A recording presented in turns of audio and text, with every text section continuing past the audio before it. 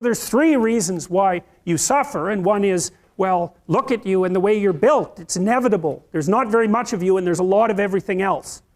And so you just don't last that long, and you're fragile across multiple domains, and then you're harshly treated by society, and there's no doubt about that. And then there's responsibility that can be laid at your own feet. Well, the existential take on that, and the thing that all these diverse people that we've been talking about, including Viktor Frankl and including Alexander Solzhenitsyn, as well as Kierkegaard, Nietzsche, and Dostoevsky, and the people that I've already talked to you about, is that the proper pathway through that is to adopt the mode of authentic being. And that is something like refusing to participate in the lie, in deception in the lie, to orient your speech as much as you can towards the truth, and to take responsibility for your own life, and perhaps also for the lives of other people. And there's something about that that's meaningful and responsible and noble, but also serves to mitigate the very suffering that produces, say, the nihilism or the flee into the arms of or the escape into the arms of totalitarians to begin with. You need something to shelter you against your own vulnerability. And you can adopt a comprehensive description of reality that's formulated for you by someone else that neatly divides the world into those who are innocent and perhaps innocent victims, and those who are guilty and perhaps the perpetrators of the suffering. But none of that has anything to do with you, and in addition, it's simply not a reasonable way of assessing the world. The suffering is built in. So that's why there's an existentialist insistence upon that. So for the Freudians, the psychoanalysts, and even for people like Carl Rogers to some degree, if you're in a situation that's characterized by psychopathology, if there's something wrong with you mentally, that's a consequence of something gone wrong. But that's not the existentialist take. The existentialist take is, no, that's just how it is. That's just how it is. You don't have to necessarily have done anything wrong for things to get completely out of control.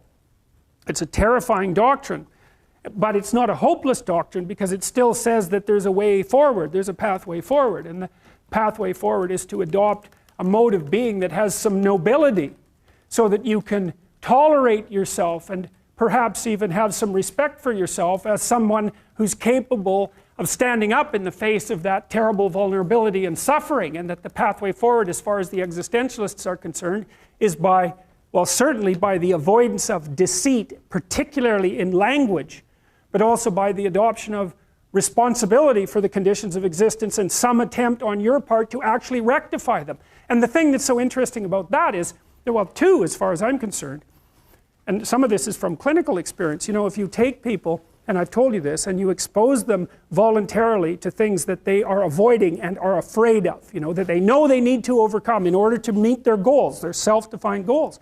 If you can teach people to stand up in the face of the things they're afraid of, they get stronger. And you don't know what the upper limits to that are, because you might ask yourself, like, if for 10 years, if you didn't avoid doing what you knew you needed to do, by your own definitions, right, within the value structure that you've created, to the degree that you've done that, what would you be like?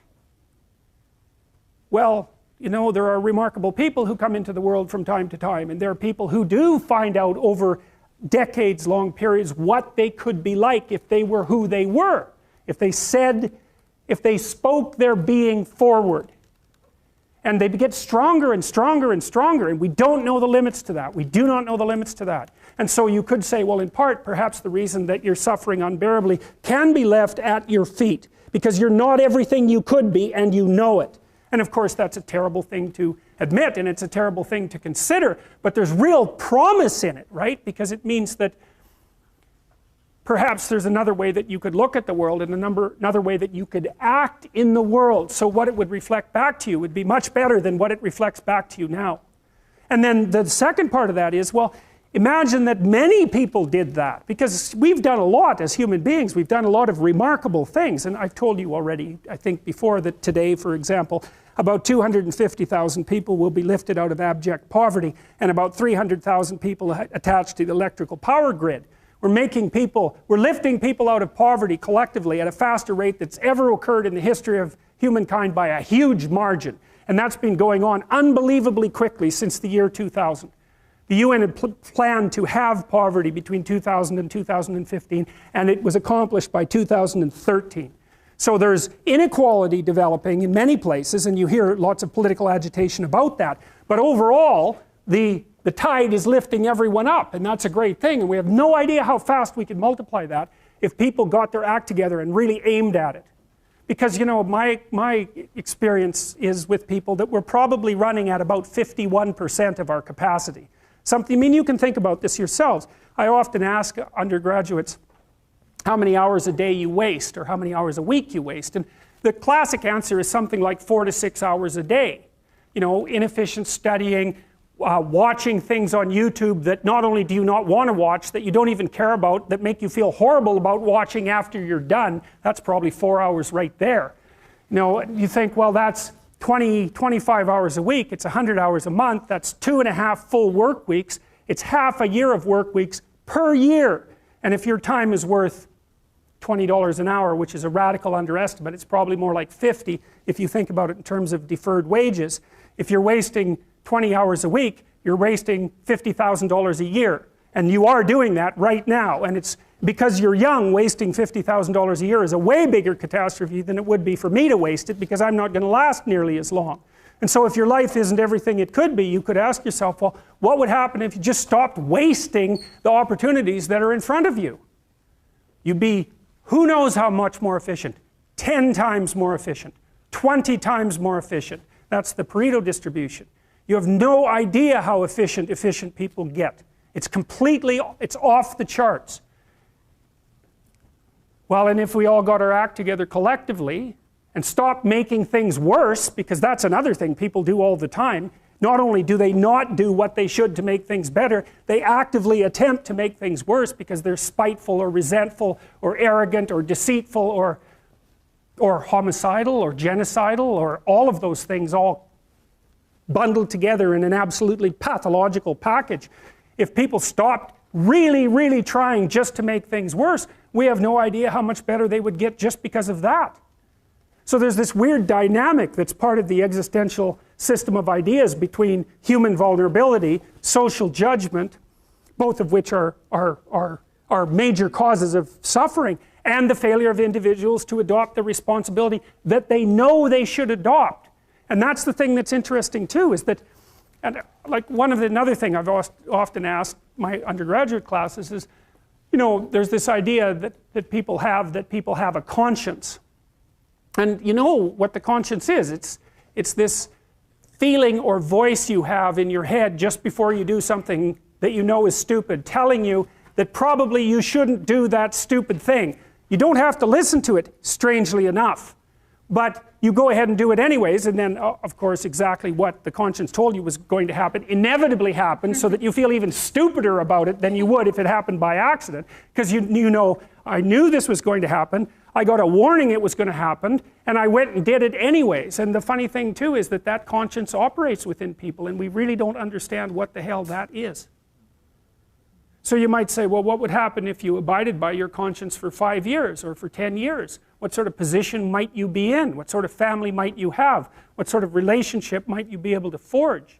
And you can be bloody sure that a relationship that's forged on the basis of who you actually are is going to be a lot stronger and more welcome than one that's forged on the basis of who you aren't.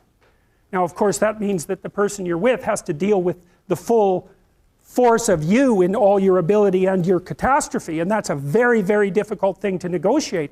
But if you do negotiate it, well, at least you have something, you have somewhere solid to stand, and you have somewhere to live, you have a real life.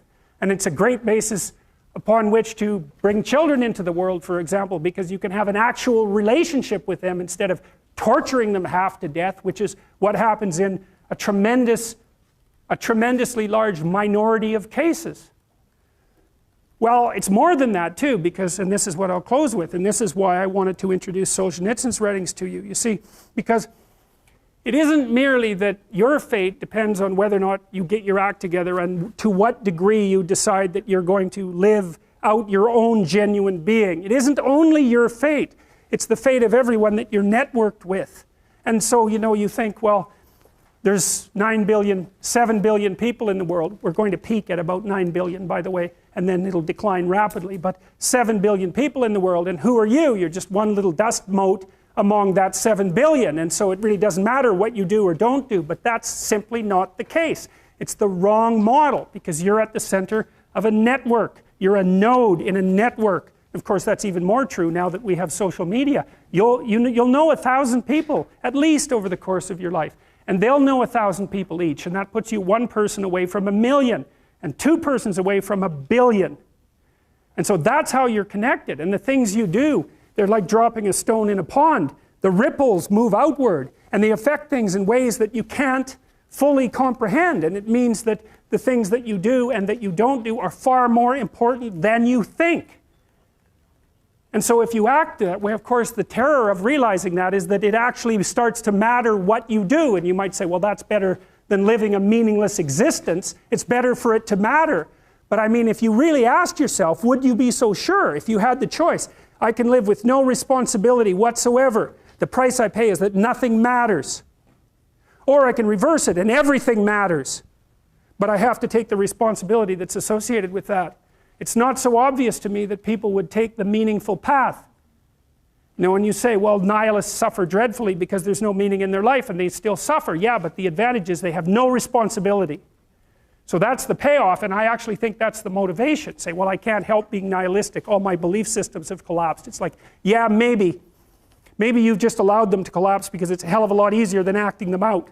And the price you pay is some meaningless suffering, but you can always whine about that and people will feel sorry for you, and you have the option of taking the pathway of the martyr, so that's a pretty good deal, all things considered, especially when the alternative is to bear your burden properly and to live forthrightly in the world. Well, what Solzhenitsyn figured out, and so many people in the 20th century, it's not just him, even though he's the best example, is that if you live a pathological life, you pathologize your society.